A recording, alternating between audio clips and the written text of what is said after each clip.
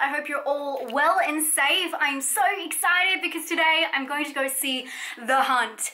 This is a movie that came out recently in America and it is very controversial. The film is directed by Craig Zobel, who also directed Compliance, which, if you know me, is the most disturbing movie I've ever seen. The movie is meant to be quite political. It is an action horror thriller about 12 strangers who wake up in a clearing. They don't know where they are or how they got there, and they don't know how, but they've been chosen for a very specific purpose: the hunt. It sounds like very battle royale to me. I don't know too much about this film. I knew we were gonna get it late, so I was kind of staying away from any spoilers, but I do know that it was meant to be quite political and it doesn't show either side in a very good light. So I'm a little bit worried about how controversial it's gonna be. I like to stay out of politics here, but I am very excited to see this one and see, number one, if it lives up to the controversial hype, and number two, if it's just a good horror movie, because we need some of that in our lives right now. There was a rumor that this film was originally called Red State versus Blue State, which apparently Universal has completely denied and said that this was never a working title. So very interesting stuff. It was also postponed for 6 months because of some events that happened in America. I can't mention them here because of YouTube, but I'm very excited to check this one out today and let you guys know, spoiler free, whether you should check it out this weekend or not. I'll let you know if it's worth the hype and if it's worth the money. But we have a showing in 4 minutes, so we better get going.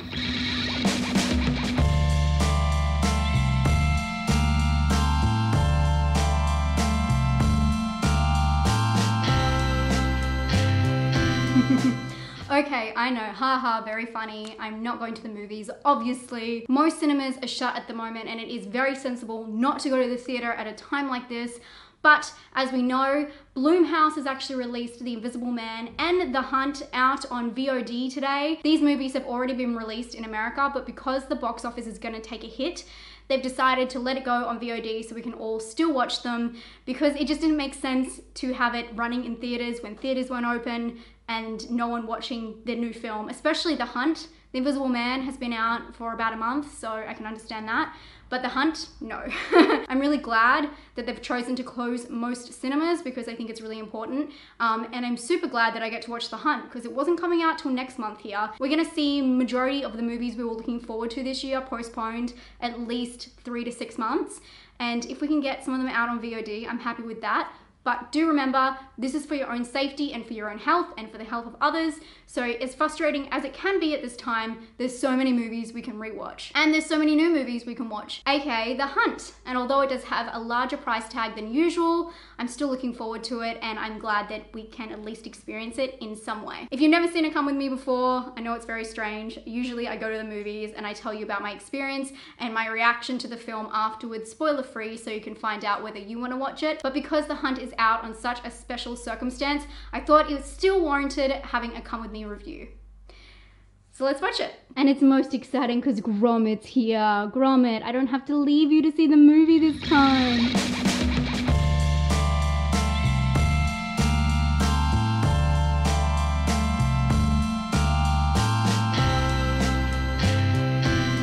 Holy crap! I didn't expect it to be that good. Wow, that was an extraordinary movie. Obviously nothing like Compliance.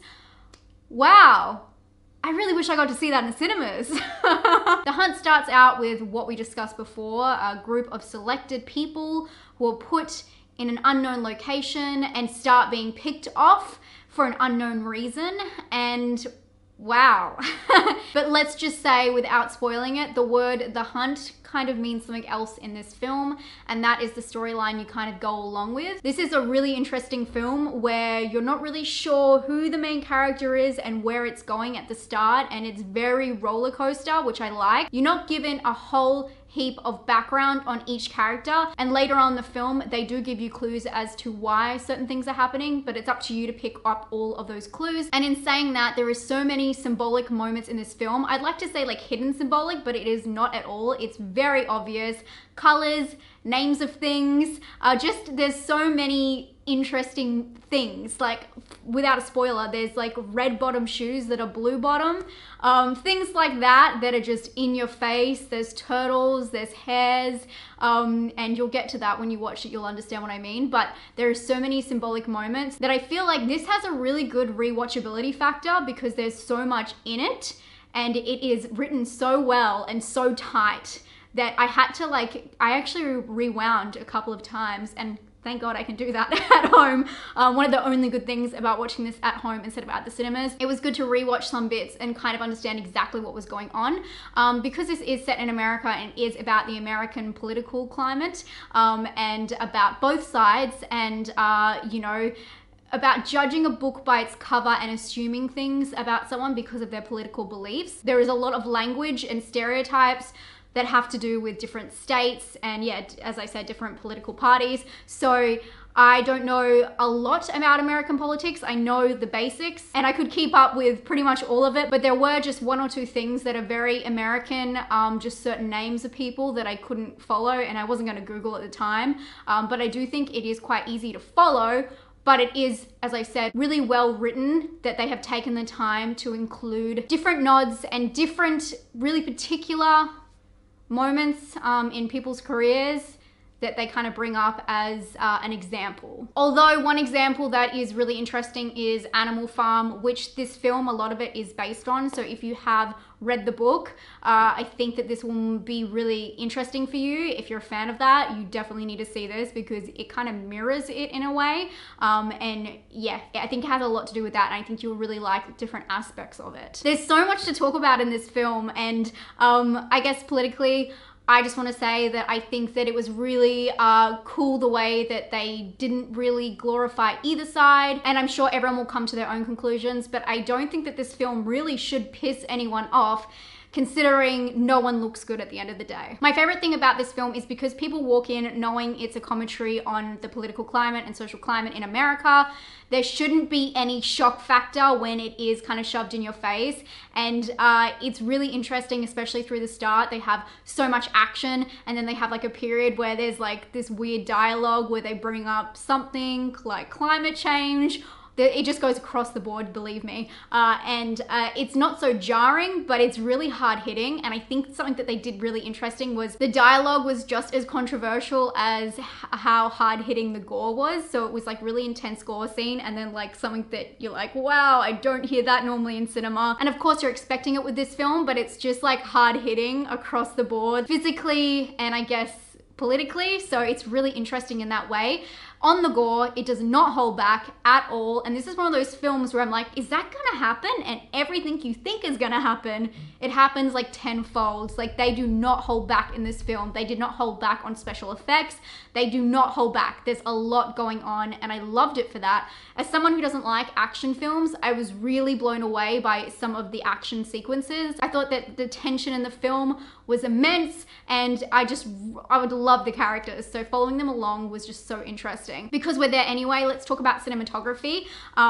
I love the way this film was shot. They used a lot of dolly shots to really focus in when scenes were emotional, and they just followed the characters to tell the story in like a more modern way than just, you know, allowing wide shots. There were a lot of really close up shots showing you where to focus on because so much was going on. Sounds very obvious and like what a film would do, but I was really impressed with the movement of the camera. It really allowed you to like zero in on what exactly you should be focusing on.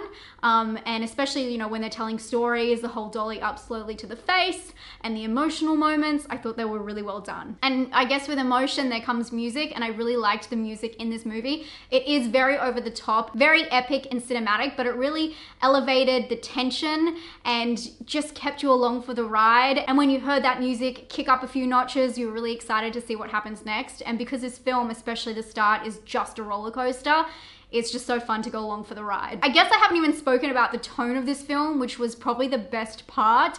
It was very comedic and light-hearted, and I think that was a great approach to doing something so political. I think that it was good to keep it kind of on the jokey side. Everyone is an over-exaggeration of themselves, a caricature of who they're meant to be in real life, and I think that that is the way to go, to overplay it instead of, you know, really pissing people off. And I hope that this can like bring people together to just have a laugh about it. I know that these are very serious topics, obviously, but it's meant to be showing assumptions, and I think that they did that really well. I loved a lot of the performances in this film, and there are some amazing actors in this film, but it has to be said, Betty Gilpin, what an amazing, amazing performance.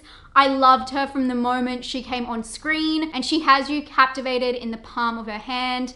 I loved her. I think she was amazing, and I know she's obviously not going to be in the runner for an Oscar or anything for this, but I hope with all the horror stuff, she gets something for that, because I loved her in this film. I thought she was amazing. This is definitely a dark comedy about the political climate in America, and the fact that they could make that slick, fun, funny, and really like a roller coaster in an hour and 30 minutes. I was very impressed. I do want to say that there were a couple of plot holes. I don't want to give anything away, but there were certain things that didn't make sense, how certain characters knew certain things.